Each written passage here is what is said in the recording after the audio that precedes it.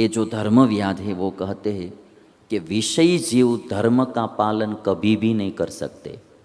ये बात बताइए, विषयी जीव धर्म का पालन कभी भी नहीं कर सकते हैं। वह विषय प्राप्त करने के लिए महान प्रयत्न करता है। विषयी जीव जो होता है ना, वो विषय प्राप्त करने के लिए धन, नारी, नारी है तो पुरुष, उसको प्राप्त करने के लिए महान प्रयत्न करते हैं। और उनको प्राप्त करने में वो कभी धर्म भी देखते नहीं, अधर्म करना पड़ता है तो अधर्म भी कर लेते हैं। विषयी जीव की ये बात होती है। धन प्राप्त करना, सत्ता, संपत्ति, या तो कोई कोई पुरस्कार प्राप्त करने में भी गलत काम करते हैं।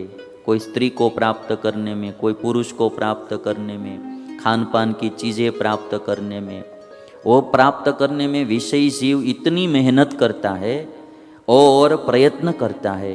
कभी कभी उसको प्राप्त करने में धर्म को छोड़कर अधर्म का आचरण भी करता है। इसलिए कहते विषयी जीव धर्म पालन नहीं कर सकते हैं। विषय मिल जाने पर बारंबार उसका उपभोग करता है।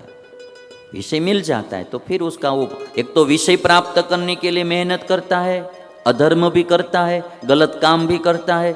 मिल गया तो बारंबार उसका उपभोग करता है, जिससे उसमें राग प्रकट हो जाता है, आसक्ति बढ़ जाती है। और विषयासक्त जो आदमी होता है वो सुहृद जनों की भी बात मानता नहीं है। ऐसा क्रमशः उपदेश दिया है। विषयी जीव अपना मन पसंद विषय प्राप्त करने के लिए मेहनत करता है, अधर्म भी करता है, गलत काम भी करता है। मिल जाता है वो पदार्थ या वस्तु, व्यक्ति, तो फिर उसका उपभोग करता ही रहता है और अपनी आसक्ति, राग बढ़ाता जाता है। और उसमें यदि कोई भी सुहृद जन हित की बात कहेंगे तो फिर वो हित की बात मानता नहीं है। एक दुर्योधन का एग्जाम्पल ले लीजिए। दुर्योधन को राज्य सत्ता में आसक्ति हो गई कि मुझे कैसे भी युधिष्ठिर का राज्य चाहिए। वो जो महल देखा, राजसभा देखी, मन हो गया मुझे ये चाहिए। तो अभी वो प्राप्त करने के लिए, विषय प्राप्त करने के लिए उन्होंने एक छल कपट से युद्ध क्रीड़ा करवाई, गलत ही मार्ग अपनाया, प्राप्त करने के लिए गलत मार्ग अपनाया। अपने ही भाई की संपत्ति हड़पने के लिए उन्होंने ये युद्ध की जाल बिछाई, अधर्म किया। प्राप्त हो जाता है तो फिर भोग में डूब जाते हैं। 13 वर्ष तक भोगा तो 14वें वर्ष में जब ये लोग आए तो फिर वापस देने के लिए तैयार ही नहीं तो बात हो गई थी कि भाई 13 वर्ष रखना, 14वें वर्ष में वापस दे देने का होता है। तो वो देने के लिए तैयार नहीं, क्योंकि अब भोग में क्या हो गया, आसक्ति हो गई। आसक्ति हो गई। अब अपने गुरुजन सब समझाते हैं कि भाई तुम उनका भाग का दे दो, तो वो मानता नहीं है। ये क्रम है। विषयी जीव प्राप्त करने में गलत काम करता है, फिर उसमें भोग कर कर कर आसक्ति बढ़ाता है। फिर कोई सुहृद जन हित की बात करते हैं तो मानता नहीं है। ये धर्मव्याध ये सब बातें बता रहे। और एक बात बताई, विषयी जीव को विषयी जीव के साथ ही मित्रता होती है। विषयी जीव को विषयी जीव के साथ ही मित्रता होती है। शराबी को शराबी के साथ ही मित्रता होगी, जुआ खेलने वाले को जुआ खेलने वाले के साथ ही मित्रता होगी। इसीलिए दुर्योधन को कोई अच्छे लोगों के साथ मित्रता कभी हुई ही नहीं, है ना। ये विषयी जीव को उसके साथ ही मित्रता होती है। और विषयी जन धर्म की आड़ में विषय भोग ही करता रहता है। धर्म की आड़ में विषय भोग करता रहता है, उसकी बुद्धि धर्म में लगती ही नहीं है। विषयी जीव की बुद्धि कभी भी धर्म में नहीं लगती है। आप देख लेना, जो अति विषयी आसक्त पुरुष होगा उसको भगवान के मार्ग में भी कुछ अच्छा नहीं लगेगा, सत्संग भी उसको अच्छा नहीं लगेगा। उसको तो ऐसा ही अच्छा लगेगा कि जहाँ विषय प्राप्ति हो, नाचना कूदना गाना मौज मजा करना, यही सब चीज़ें उनको अच्छी लगेगी। धर्म की कोई चीज़ उसको अच्छी लगती नहीं है।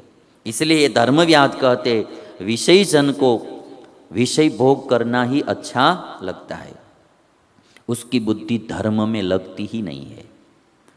हम देखते हैं कि कोई कोई छोटा छोटा बालक होता है, किंतु बचपन से उसको भगवान, संत, धर्म, सत्संग यही बात अच्छी लगती है। बाहर का खाना भी, हमारे यहाँ कई इतने छोटे छोटे लड़के आते हैं तो कहीं बाहर की कोई चीज़ खाने का भी मन नहीं करता है। चॉकलेट देंगे तो भी वो नहीं खाएंगे, बाहर की कोई चीज़ नहीं खाएंगे। और हमारे अर्जुन भाई का ये सहज ही है, तो इतना अभी से आप देखेंगे तो शांत लगता है, एकदम एकदम भक्त हृदय लगता है। छोटे छोटे बच्चे होते हैं तो भी कोई बाहर का खाना पीना नहीं, कभी होटल में जाना नहीं खाने पीने के लिए, कहीं घूमने फिरने के लिए जाना नहीं, सत्संग में जाना, भजन करना और पूजा पाठ बचपन से ही करते। इतने सात्विक बच्चे होते हैं। और कोई कोई 80-80 वर्ष की उम्र में भी कुंडाला काटता हुए, कुंडाला 80-80 वर्ष की उम्र में भी आप देखेंगे तो उसको भोग वृत्ति छूटती ही नहीं है। टेलीविज़न ऑन करके पिक्चर के गाने सुनते होते हैं, तू चीज़ बड़ी है मस्त मस्त ले। अभी वो पुत्र की बधू आएगी, वो देखेगी दादा तो देखो क्या सुन रहे हैं, तो फिर कहाँ से वो सेवा करेगी। ने अमुक उम्र में क्या होना चाहिए कि थोड़ा भजन करेंगे, भक्ति करेंगे तो अच्छा लगता है। तो पुत्र वधू को भी ऐसी इच्छा होती है कि ऐसे हमारे दादा भजन करते हैं, भक्ति करते हैं, तो चलो हम उसको अच्छा रसोई करके भोजन करवाए या उनकी सेवा करें। अभी आप बड़ी उम्र में भी कुछ न कुछ ऐसा ही करते रहते हैं तो फिर किसी को भाव नहीं होगा। ये हम देखते हैं यहाँ हमारे साधु जीवन में। अभी हमारे संतों में छोटी उम्र के लोग होते हैं फिर भी अच्छा जीवन जीते हैं, तो अपने सगे लड़के जितनी सेवा नहीं करते उतनी सेवा यहाँ हमारे साधु संतों की होती है और करते हैं। भाव कब बढ़ेगा? सात्विक जीवन रहेगा तब। और आजकल का तो अभी जो युग आगे आने वाला है वो एकदम पारदर्शी युग आने वाला है। अब केवल बातों से कोई मानने वाले नहीं है, जीवन में होगा तो ही लोग मानेंगे, नहीं तो कोई मानेंगे नहीं। अभी जो युग आएगा भविष्य का, अभी से शुरू ही हो गया है। अभी कोई बात करने से कोई नहीं मानेगा। आपके जीवन में कुछ दम होगा, आपके जीवन में यदि सत्व होगा तो ही सबको भावना होगी, प्रेम होगा, भक्ति होगी, ये सब होगा, नहीं तो नहीं होगा। इसलिए ये भी बहुत जरूरी होता है। केवल विषयी जीवों में कभी किसी को प्रीति होती नहीं है। जब भक्ति भावना वाले रहेंगे तो माँ बाप में भी भाव बढ़ेगा, हर किसी के प्रति भाव बढ़ेगा। तो यहाँ धर्मव्याध कहते हैं। और एक बात बताई कि ये जो विषयी जीव होते हैं पाप से निवृत्त होते ही नहीं है, और जिसको सुखी होना है उनको पाप से निवृत्त होना है, उनको इंद्रिय का निग्रह करना बहुत जरूरी है। धर्मव्याध ने बताया इंद्रियों का निग्रह। ये आँख गलत देखने के लिए जाती है तो उसको रोकना है। ये बात गांधारी में थी। गांधारी ने अपने पति धृतराष्ट्र अंध थे तो अपनी आँख पर पट्टी बांध ली, सारी जिंदगी पट्टी बांध के रखी। और आप सब जानते कि एक केवल चक्षु इंद्रिय से जो हमारी शक्ति का व्यय होता है वो उन्होंने रोक लिया। तो जब महाभारत का युद्ध आया तो दुर्योधन से कहा कि बेटा तुम मेरे सामने आना, मैं पट्टी खोलूंगी, एक बार मेरी प्रथम दृष्टि आप पर पड़ेगी, तुम पूरा वज्र का हो जाओगे, फिर तुम्हें कोई मार नहीं सकेगा। ये बात आप जानते हैं। इतनी शक्ति का संग्रह हुआ था आँख के द्वारा।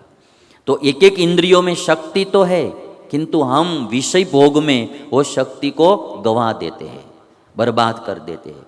इसलिए यहाँ धर्मव्याध कहते हैं कि जिसको महान बनना है उनको इंद्रियों का निग्रह करना जरूरी है। इंद्रियाण्येव तत्सर्वं यत् स्वर्ग नरकावुभो निगृहीत विसृष्टानि स्वर्गाय नरकाय च। धर्मव्याध कहते हैं कि स्वर्ग और नरक भी क्या है? हमारी इंद्रिया ही है। यदि हमारी ये 5 ज्ञानेंद्रियां सही मार्ग पर चलती है तो यहाँ ही स्वर्ग है, और यदि गलत मार्ग पर चलती है तो यहाँ ही नरक है। इंद्रियाण्येव तत्सर्वं यत् स्वर्ग नरकावुभो निगृहीत विसृष्टानि, यदि इंद्रियाणि निगृहीतानि तर्हि स्वर्गम अस्ति, एवं यदि इंद्रियाणि विसृष्टानि तर्हि नरकम अस्ति। तो नरक है। इंद्रियों को आप वश में रखेंगे तो स्वर्ग, और इंद्रियों को आप छूट दे देंगे, कहीं भी जाओ और देखो सुनो, तो वो नरक हो जाएगा। और कहते हैं इंद्रियाण्येव संयम्य तपो भवति नान्यथा। इंद्रियों का निग्रह करना यही तप है। यदि इंद्रियों का निग्रह नहीं है तो कोई तप है नहीं। केवल भूखे रहने से क्या होगा? इंद्रियों का निग्रह करना यही तप है। इंद्रियाण्येव संयम्य तपो भवति नान्यथा, न स पापे कुतो नर्थे युज्यते विजितेन्द्रियः। जिसकी इंद्रिया वश में है वो पाप क्यों करेगा? वो अनर्थ क्यों करेगा? वो गलत मार्ग पर जाएगा क्यों? इंद्रियों वश में नहीं है इसलिए वो गलत मार्ग पर ले जा रही है, वो पाप करवा रही है। यदि जो जितेंद्रिय पुरुष है, इसलिए तो ये जैन धर्म में आप देखेंगे जीन कहा जाता है। जीन में से जैन बना है। जीन का मतलब ही यही होता है, जितेंद्रिय होना। क्योंकि जैन संप्रदाय का तो सबसे बड़ा ध्येय होता है कि कर्म रहित बनो, कोई भी प्रकार का कर्म बचना नहीं चाहिए, एकदम निष्कर्म बनना है। और निष्कर्म तो आप कब बन पाएंगे? जब जितेंद्रिय होंगे तब। यदि आप जितेंद्रिय नहीं होंगे तो फिर पाप होगा ही होगा। जितेंद्रिय बनेंगे तब ही आप निष्पाप बनेंगे, निष्कर्म बनेंगे। और इसीलिए जिन शब्द बहुत महत्व का शब्द है, उसमें से जैन शब्द आया। जिनेन्द्र कहते हैं ना, जिन, जिनेन्द्र, जैन, बहुत अच्छे शब्द है सब। और आजकल लोगों को क्या है कि ये सब अच्छा नहीं लगता है। और आप देखेंगे तो भांति भांति के प्रोग्राम भी विषय भोग के लिए आते रहते, लोग उसमें ही डूबे रहते, फिर दुखी होते रहते, फिर कहते हैं कि हमारे जीवन में दुख क्यों, हमारे जीवन में दुख क्यों? दुख का कारण हमारा भोगवाद होता है, हमारा कर्म ही होता है। ये बात बहुत पक्की है। अभी युधिष्ठिर राजा अभी जो वन में दुखी हो रहे, तो मूल कारण तो जुआ खेलने की आदत ही थी ना। वो भी एक बुरी आदत थी, तो उसके कारण ये सब दुख आया है। तो ये सब समझाने के लिए ही है। इतने पवित्र लोगों में भी एक गलती होगी तो दुख तो आएगा ही।